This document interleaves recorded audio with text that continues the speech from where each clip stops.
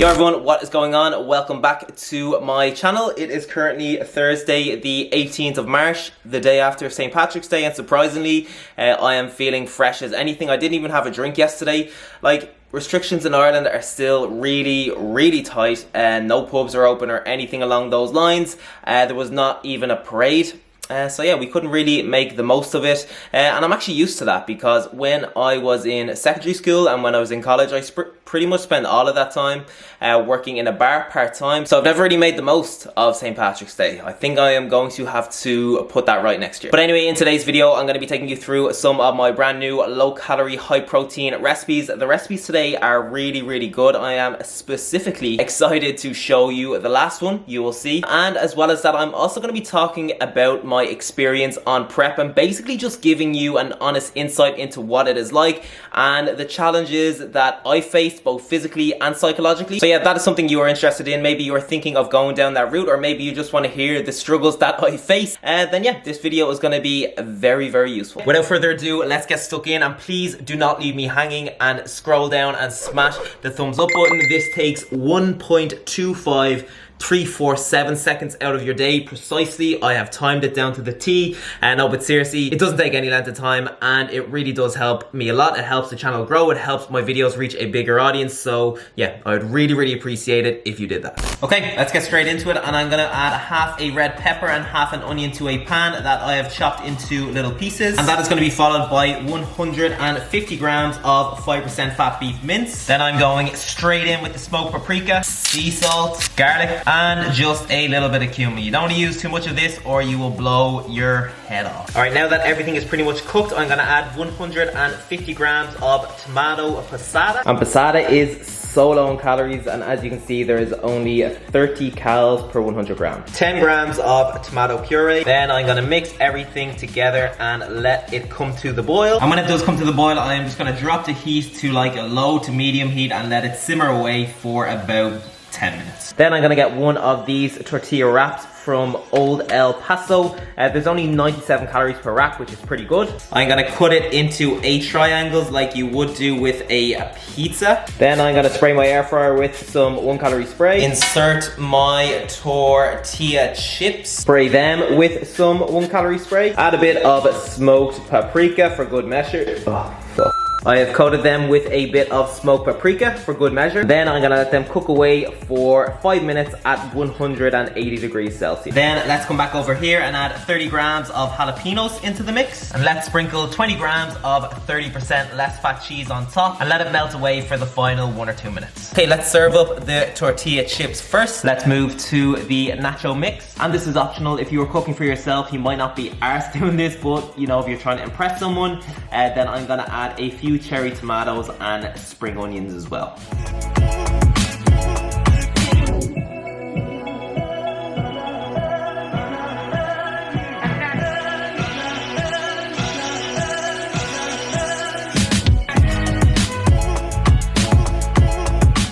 Alright, so these beef loaded nachos are on another level. But seriously, they do tick all of the boxes. There's pretty much nothing that you cannot love about these unless you don't love nachos, and if that is the case, I do not love you. I'm sorry. But yeah, calorie friendly, high in protein, lots of veg, aesthetically pleasing. And considering the fact that I use a wrap and a bit of cheese, it's pretty voluminous as well. And these nachos, just like hundreds of my other calorie and macro friendly recipes, are available in my nutrition hub. So for each recipe, there is a full video demonstration. There is a calorie and macro breakdown for each. There is ingredients, there is direction. You also get access to my personal calorie and macro calculator, so you can calculate your nutritional requirements based on your specific goal. So yeah, if that is something that you are interested in, if you need that extra bit of guidance to get you to your goal, if you need that extra bit of inspiration to help you stay on track with your calories and macros, the Nutrition Hub is the perfect place for you. And if you use the code nutrition at the checkout, you get 10% off. So yeah, link to that is in the comment section. Go check it out. Okay, so the first thing that I want to touch on when it comes to prep is the strain that it put on my relationship. And going into it, you know, me and Rach did have a conversation about how tough it was going to be, and I think that was a good thing to do. But at the same time, I don't think it really prepared us, definitely me,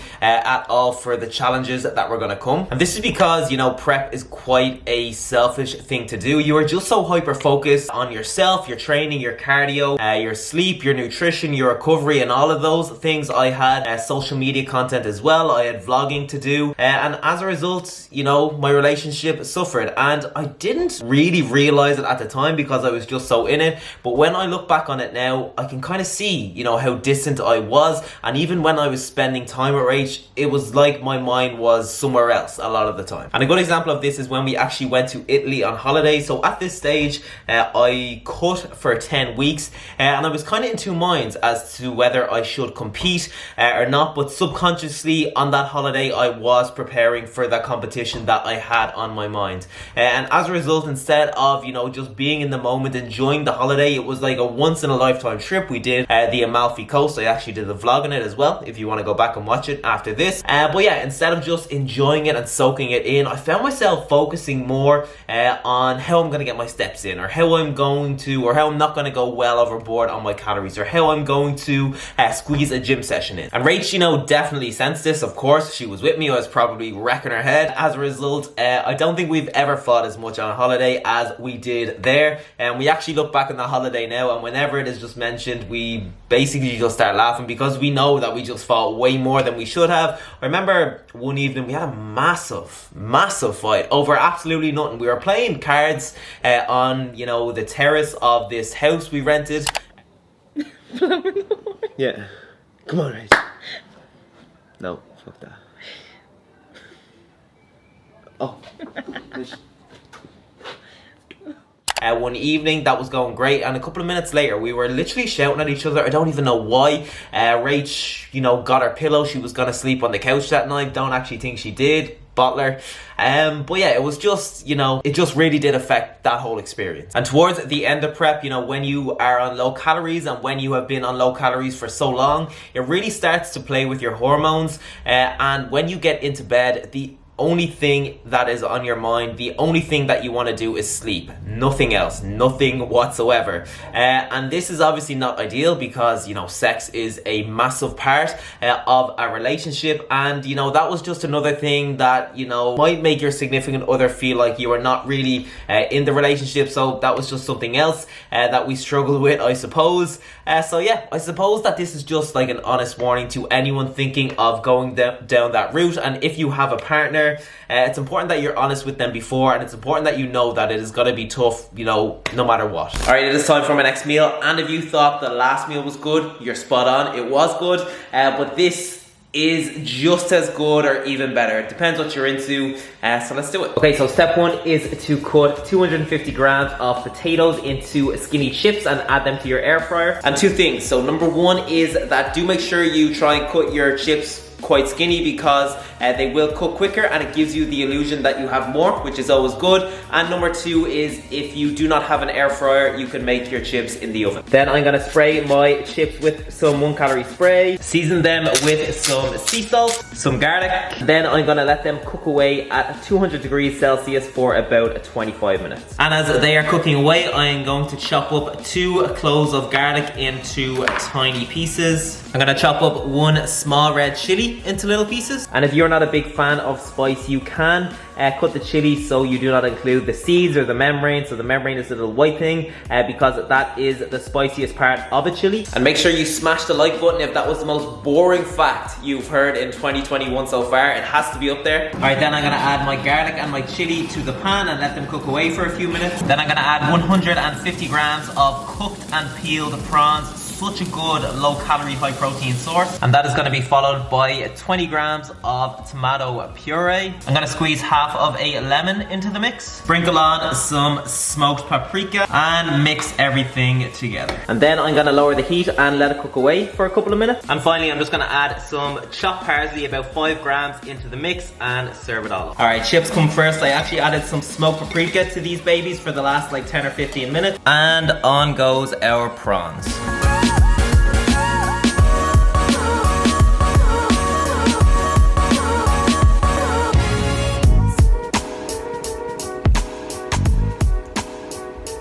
Okay, garlic and chili prawn fries. What an absolute calorie bargain. 329 calories, 30 grams of protein, if I'm not mistaken. And seeing as this meal is quite low in calories, it does leave room for a dessert, and that is something that I like to do sometimes. So for example, if I'm craving something sweet, something I might do is decrease the calories in my lunch or my dinner, and after one of those meals, I'll have some fat-free yogurt and berries or something like that. But if you didn't really want to do that, you still have a couple of options. So you could just have more prawns. That would increase the calories and increase the protein content, or you can mix it up and add another protein source into it like chicken. That'd be good. Alright, so the next thing that I want to talk about is my relationship with food. And before prep, I was in such a great place with this, but you know, as the weeks go on during prep, you do tend to become very food focused, and it's pretty much all that is on your mind. So, you know, when I woke up, it was the first thing that I thought about. You know, I was counting down the hours until my first meal because I did fast in the morning for a couple of hours. And then when I finished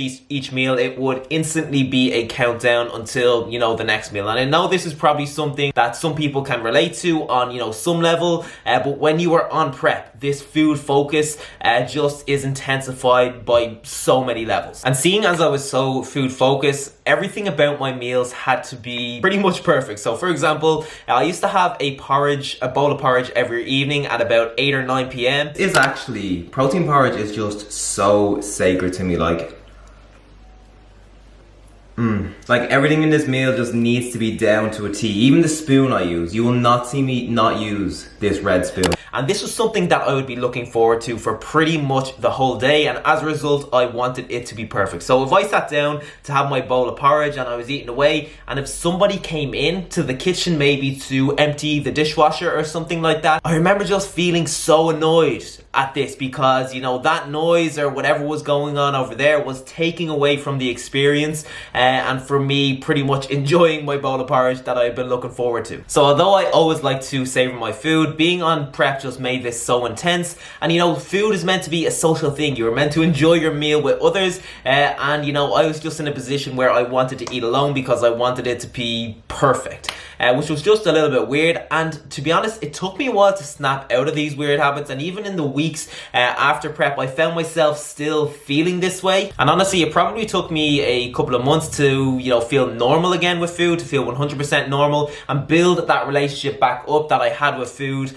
before prep. But one thing I will say about the nutritional aspect of prep is that I think I managed it really, really well for the most part. So the lowest I dropped my calories was 2,000 calories per day, which isn't too low, and I was absolutely shredded at that. I introduced, you know, some refeed days. I had my treats every day. I didn't binge once because I didn't feel the need to. I didn't even binge after my show. I of course got a big pizza and had a couple of kind of slices of cake that I was really looking forward to, but I didn't feel the need to go way overboard with this as a lot of people on prep do. So yeah, I have to say I was really, really happy with how the nutritional aspect of prep went overall. But you know, when you're on prep, you do kind of have to accept that your relationship with food is going to suffer, you know, in some sense. And if you are someone that doesn't have the healthiest relationship with food to begin with, then that is something that you really, really, really need to consider. Okay, so it is time for my final meal of the day. This is perfect, I think, as a bit of an evening snack. A nice way to end the day, especially if you have a sweet tooth like myself, but you still need to get a decent amount of protein in. Okay, so I'm gonna start by getting 2 of these sandwich thins or slims, whatever you wanna call them, only 100 calories per slim. I'm gonna chop each slim up into 4 sections and make sure that each section is separated so you have these little strips. All right, then I'm gonna pour 120 ml of egg whites into a bowl, add in 5 ml of vanilla extract, give it a mix, and then I'm gonna get my strips of bread, dip them in the egg white mix and transfer them to a pan on a medium heat. And then I'm just gonna let them cook away for a few minutes, and when they are crispy and brown on the bottom, I'm gonna flip them over. Then I'm gonna add some ground cinnamon to a plate, roughly about 3 teaspoons, 2 teaspoons of low-calorie sweetener, give them a little mix. Then I'm gonna add 20 grams of chocolate brownie whey protein to a ramekin, and I'm gonna mix it with some water until it forms a paste-like consistency. All right, so it's time to serve everything up. I have my cinnamon and sweetener mix, and I just have a plate. I'm gonna spray this mix with like 1 or 2 sprays of low-calorie calorie spray. Then I'm gonna coat my little churros in the mix and transfer them to the plate. And to top it off, I'm gonna add half a teaspoon of low calorie sweetener.